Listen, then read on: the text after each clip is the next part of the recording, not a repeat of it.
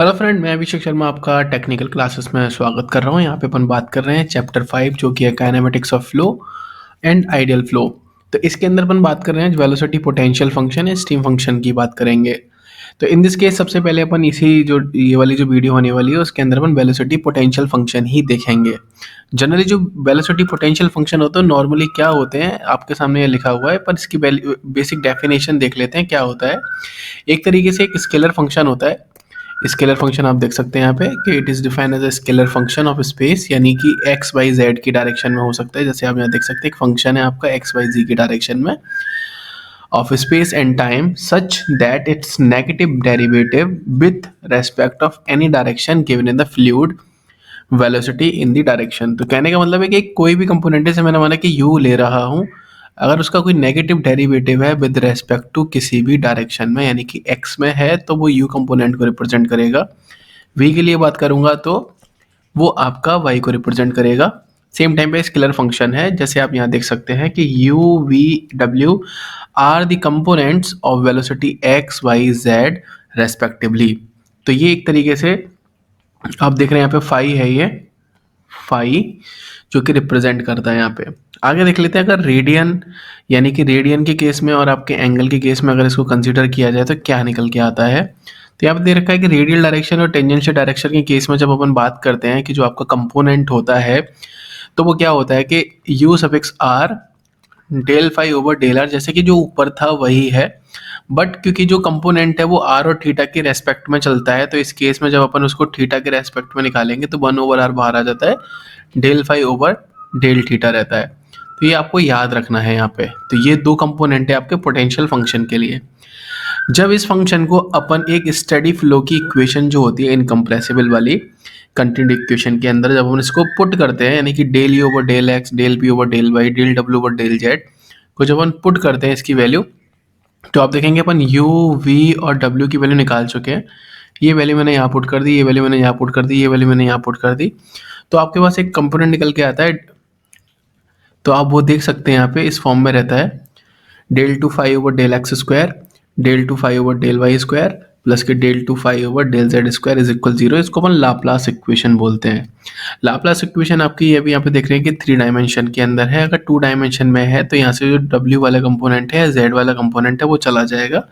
तो del two phi over del x square plus के del two phi over del y square, यहाँ पे आप देख सकते हैं if any value of phi that satisfy the Laplace equation will correspond to case of the fluid flow। अगर कोई भी इक्वेशन है और वो लाप्लास इक्वेशन को सेटिस्फाई कर देती है तो वो फ्लूइड फ्लो का केस बन जाता है। पर यहाँ पे सबसे ज़रूरी चीज़ है वो है आपके रोटेशनल फ्लो और इरोटेशनल फ्लो की। तो रोटेशनल फ्लो रोटेशनल फ्लो की जब अपन बात करते हैं, यहाँ पे आपके रोटेशनल कंपोनेंट्स होते हैं। क्या होते हैं properties of the potential function के अंदर जो कंपोनेंट है रोटेशनल फ्लो के लिए, अगर मैं जेड डायरेक्शन में देख रहा हूँ तो मुझे कंसीडर करना पड़ेगा एक्स और वाई को। अगर रोटेशनल फ्लो ओमेगा जेड की वैल्यू अगर आप देखते हैं अगर वो 0 निकल के आ जाती है तो आपका जो फ्लूइड होता है वो रोटेशनल कहला जाता है। क्या कहला जाता है? इरोटेशनल। तो यहाँ पे जो मेरे पास कंपोनेंट है वो होता है 1/2 del b over del x minus के del u over del y, क्योंकि आप देख सकते हैं जो बी का कंपोनेंट है वो यू के नीचे है और जो यू का कंपोनेंट है वो वी के नीचे है। इस तरीके से आपको याद रखना है ये जेड के केस में।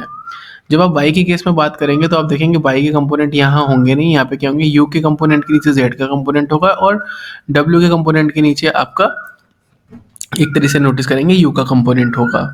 सिमिलरली x के केस के लिए बात करेंगे तो x अंदर नहीं होगा, यहाँ पे w है तो z नीचे आ जाएगा, v यहाँ है तो y यहाँ पे आ जाएगा।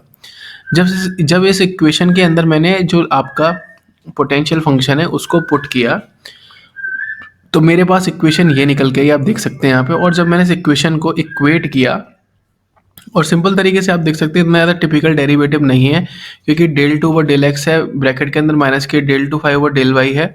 जब आप उसका मल्टीप्लाई करेंगे तो हो जाएगा d two five over d x d y. Similarly यहाँ पे आप देखेंगे d two five over d x d y हो जाएगा। तो आप यहाँ पे देख सकते हैं ये वैल्यू आपकी कैंसिल आउट हो रही है तो ये निकल के आ रहा है 0। यहाँ पे भी आप देखेंगे ये भी वैल्यू कैंसिल आउट हो रही है तो ये भी 0 निकल के आ रहा है और ये भी वैल्यू आपकी कैंसिल आउट हो रही है तो यहाँ पे ये भी नीचे 0 निकल के आ रहा है।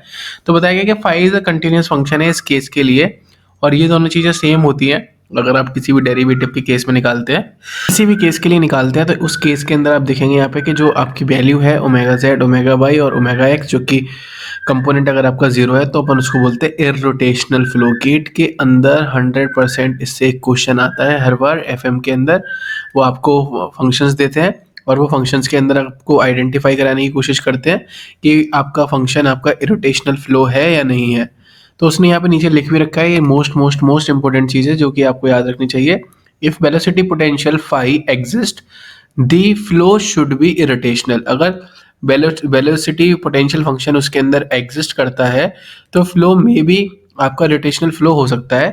If velocity component phi satisfy the Laplace equation it respect the possible steady incompressible rotational flow हो सकता है। अगर आपको वीडियो अच्छी लगी है तो प्लीज़ लाइक जरूर कीजिएगा, शेयर जरूर कीजिएगा। Thank you for watching guys, thank you so much.